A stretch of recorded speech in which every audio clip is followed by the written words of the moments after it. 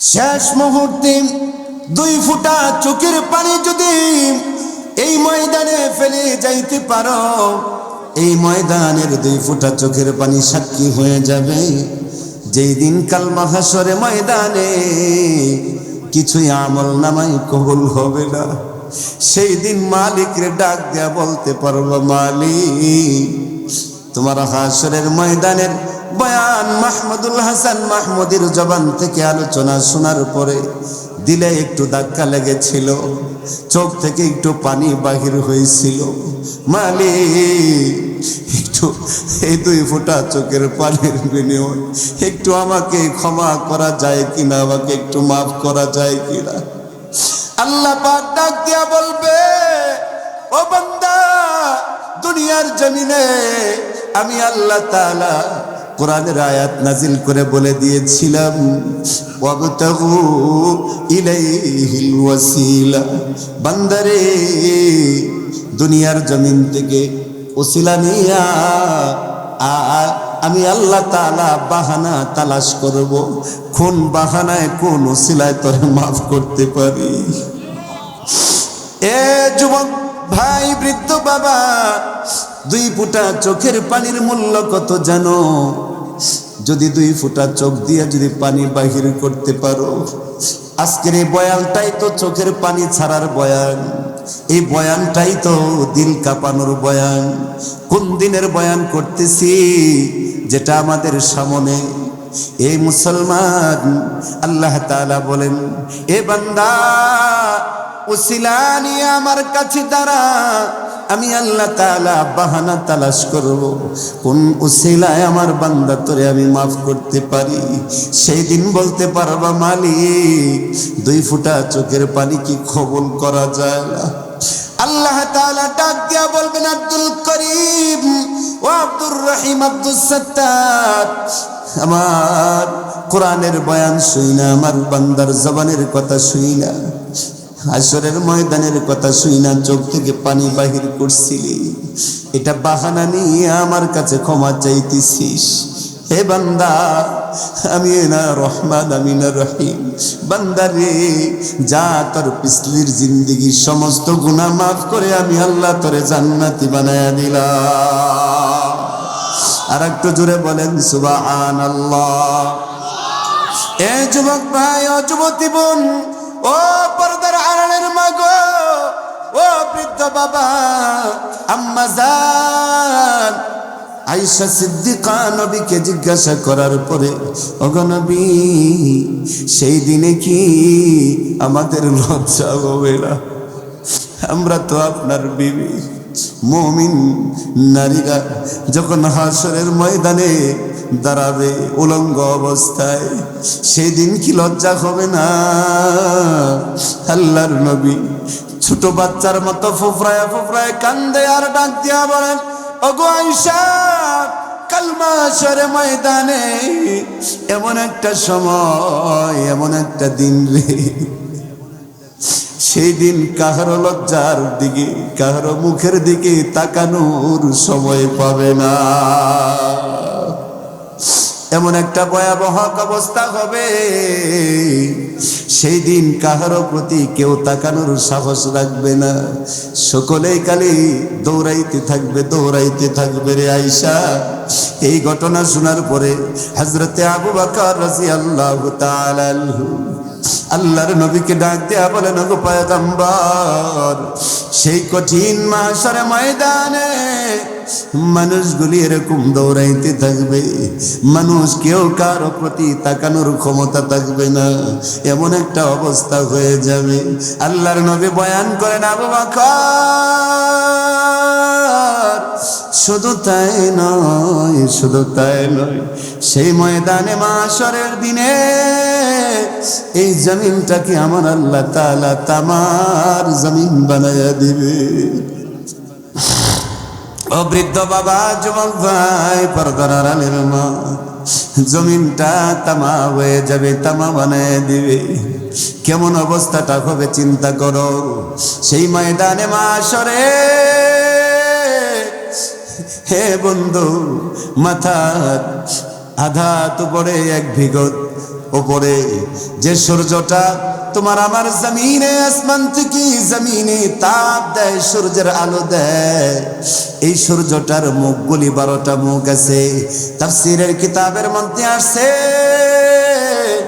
ওই 12টা সূর্যের মুখ আসমানের দিকে ফিট করা আছে। কাল মাশরের ময়দানে কঠিন মুসিবতের দিন, যেদিন হাসরের মাঠ কায়াম হয়ে যাবে গো, সেই দিন 12টা মুখের সূর্যটা তোমার আমার এক বিগত আদাত উপরে মাথার উপরে থাকবে। জমিনটা হয়ে যাবে তামার মতো, তামা দিয়ে আল্লাহ তাআলা বানাইবে। আর জাহান্নামের আগুনগুলা টকবক টকবক টকবক করতে থাকবে। কেমন অবস্থাটা হবে একটু চিন্তা করো।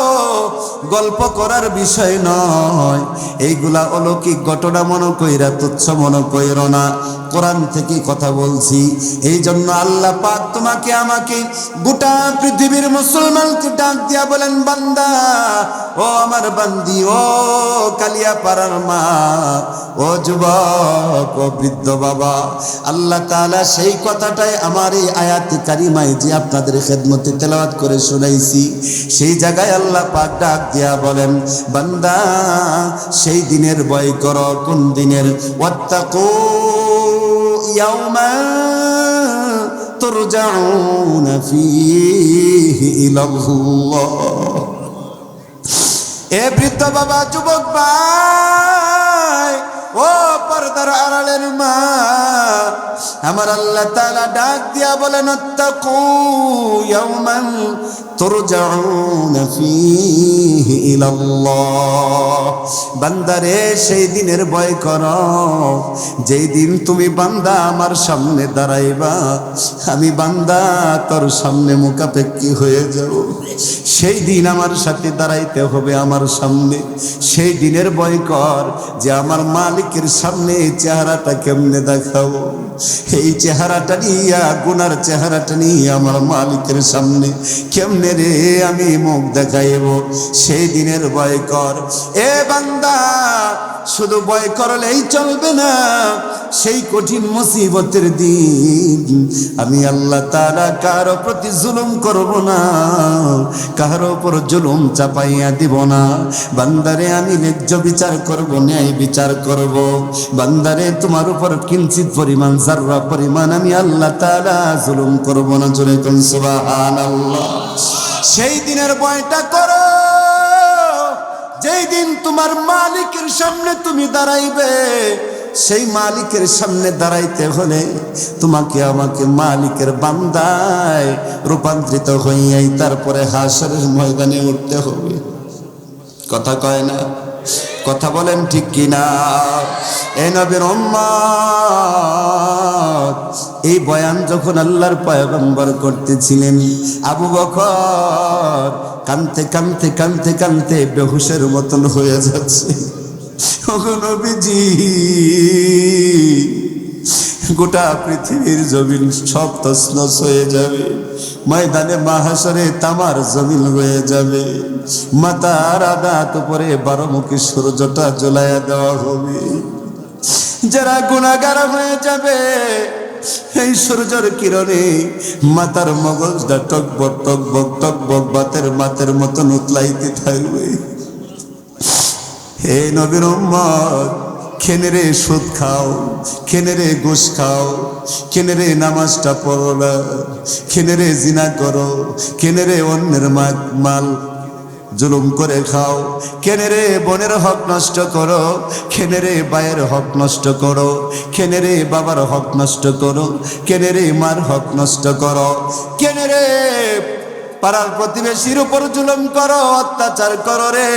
তোমার অন্তরে যদি ওই দিনের ভয় থাকে, ও কালিয়াপাড়ার মামিন শাহের মুসলমান, যাররা পরিমাণ যদি তোমার ভিতরে ঈমান থাকে রে, আল্লাহর ভয় যদি তোমার থাকে, সরিষার দানা পরিমাণও গুনার কাজ তোমার দ্বারা সম্ভব নয়। কথা বলেন ঠিক কিনা?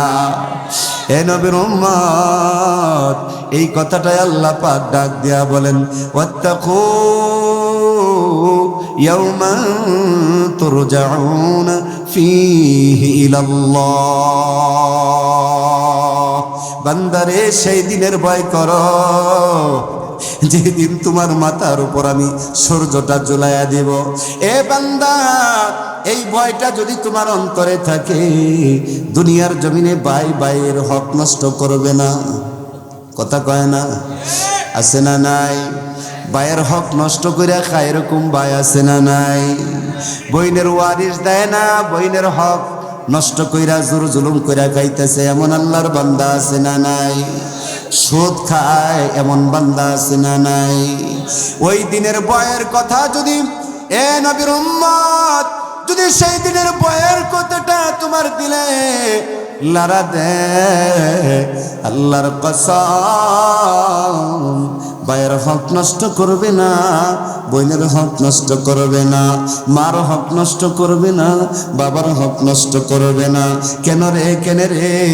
আমার মালিকের সামনে আমার দাঁড়াইতে হবে।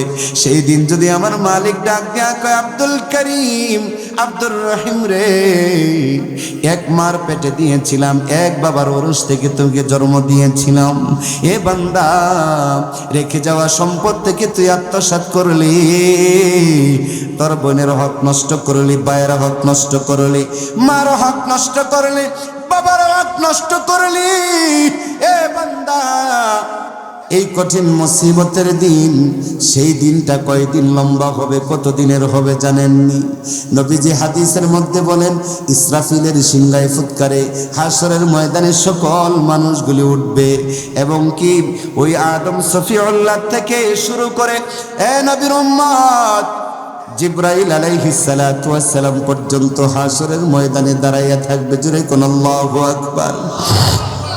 এ নবীর উম্মত, আপনি আমার মাস হয় সপ্তাহে এক সপ্তাহ, 7 দিনে এক সপ্তাহ হয়, 15 দিন যাইয়া মাস যাইয়া একদিন হয়, 12 মাসে 1 বৎসর হয়। কথা বলেন ঠিক কিনা?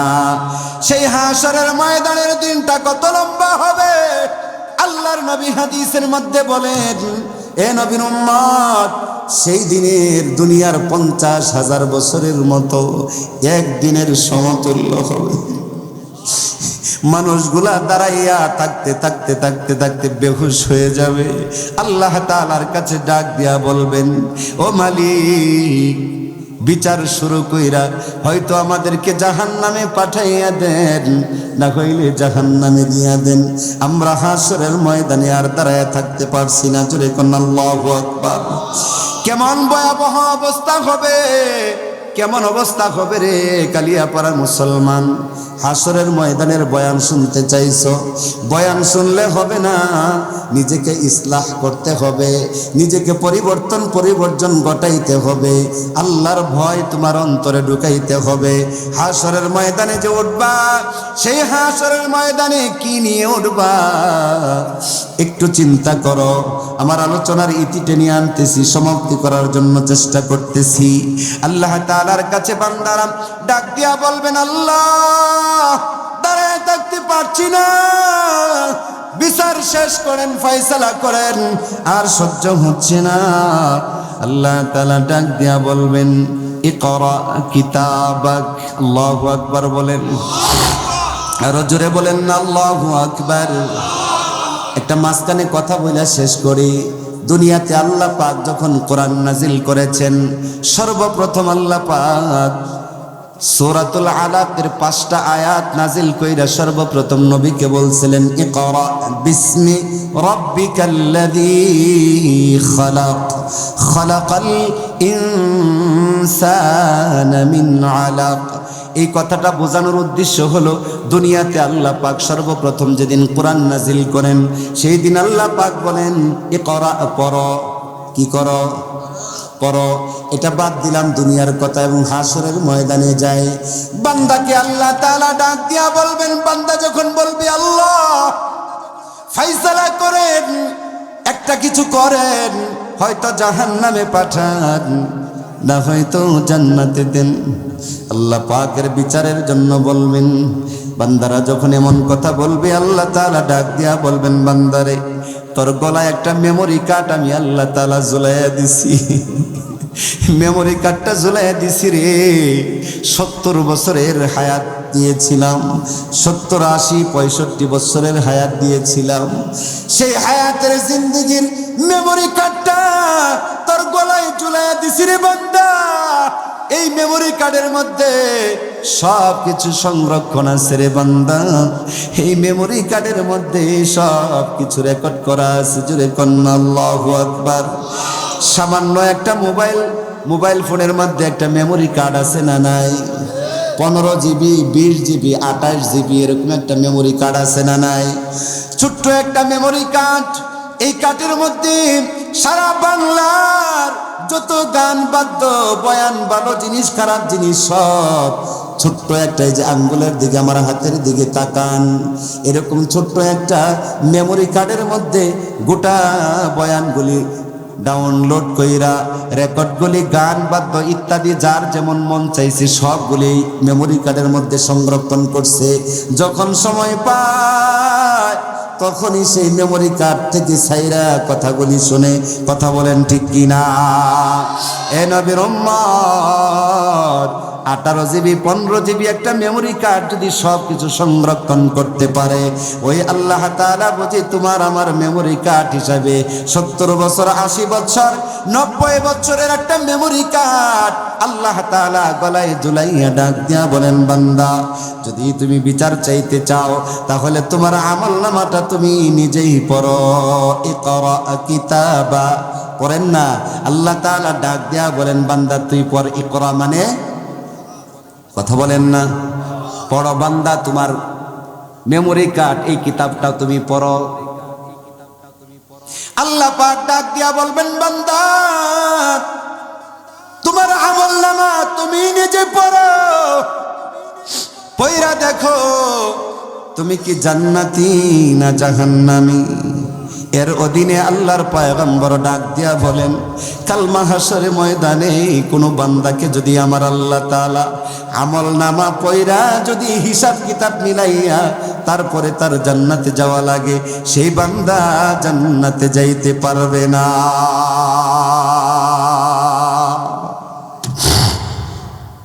পারবে না, পারবে না।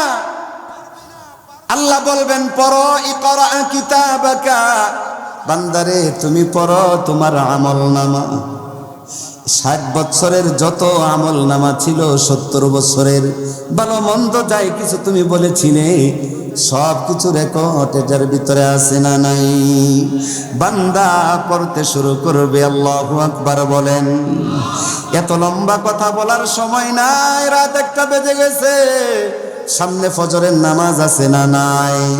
হে নবীর উম্মত, কোটি কোটি মাহফিল যদি এক পাল্লায় রাখা হয়, ফজরের 2 রাকাত নামাজ যদি আর এক পাল্লা রাখা হয়, এই 2 রাকাত নামাজের মূল্য বেশি হয়ে যাবে। এই জন্য বাবা লম্বা কোনো আলোচনা নয়, একবারে ছোট্ট করে মুনাজাতের দিকে নিয়ে যাচ্ছি। দিলটাকে একটু নরম করার জন্য, দিলটাকে একটু রৌশন করার জন্য বলছি। এখন তো বয়ান করার সময়ও না, মানুষের চোখে ঘুম। কথা বলেন ঠিক কিনা? বয়ান ভালো লাগবে না।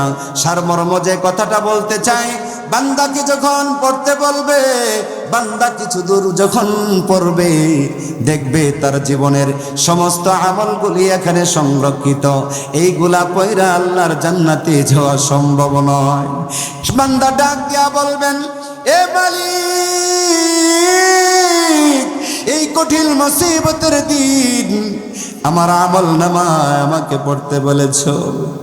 ও মালিক, আমার আমলনামায় এমন কোনো বিষয় নাই যেটা পৃথিবীর কেউ না শুনলে। 2 জন আমাকে ক্যামেরাম্যান দিয়া দিছিল, কিরামান কাতিবিনা ইয়ালামুনা মা তাফআলুন। আল্লাহ 2 জন দিয়েছিল আমার 2 পাশে, তারা আমার সমস্ত আমলনামা রেকর্ড করেছে, একটা কথাও ছেড়ে দেয় নাই। আল্লাহর পয়গম্বর ডাক দিয়া বলেন, সেই দিন উম্মত ডাক দিয়া বলবেন, মালি হাদাল কিতাব, এটা কেমন কিতাব রে, কেমন মেমোরি কার্ড রে, যেটা গলার মধ্যে ঝুলাইয়া দিছে, এটা কেমন কিতাব। মালি হাদাল কিতাব লা ইগাদিরু সগীরাতান ওয়ালা কাবীরাতান ইল্লা আহসাহা। এটা কেমন কিতাব রে, এটা কেমন আমল নামা, যা কিছু বলেছিলাম সব কিছু লিপিবদ্ধ করে রাখা হয়েছে। এ নবীর উম্মত, ওই কঠিন মুসিবতের দিন আল্লাহ তাআলা ডাক দিয়া বলবেন, বান্দারে, এ বান্দা, তোর নিজের আমল নামা নিজের হাতে পয়রা, তারপরে তুই একটা ব্যবস্থা নে। বান্দা যখন দেখবে না না সম্ভব নয়, আল্লাহ তাআলাকে ফাঁকি দেওয়ার জন্য সামান্যতম দুনিয়ার একটা অভ্যাস ব্যবহার করবে, জোরে কন্যা ওয়াজবিল্লাহ। সেই চালাক আহাম্মক মূর্খ বেকুল একটা চান্স দিবে যে দুনিয়ার জমিনে কত ফাঁকি দিয়েছি, কত মিথ্যা কথা বলেছি, কত মিথ্যা কথা বলে ধোঁকা দিয়ে মানুষকে আমি কতভাবে আমি নিজের ভাবে চলেছি। আজকে দেখি আল্লাহ তাআলার কাছ থেকে একটা মিথ্যা কইয়া বাঁচানো যায় কিনা, নিজের জীবনটা বাঁচানো যায় কিনা, জোরে কন্যা নাউজুবিল্লাহ।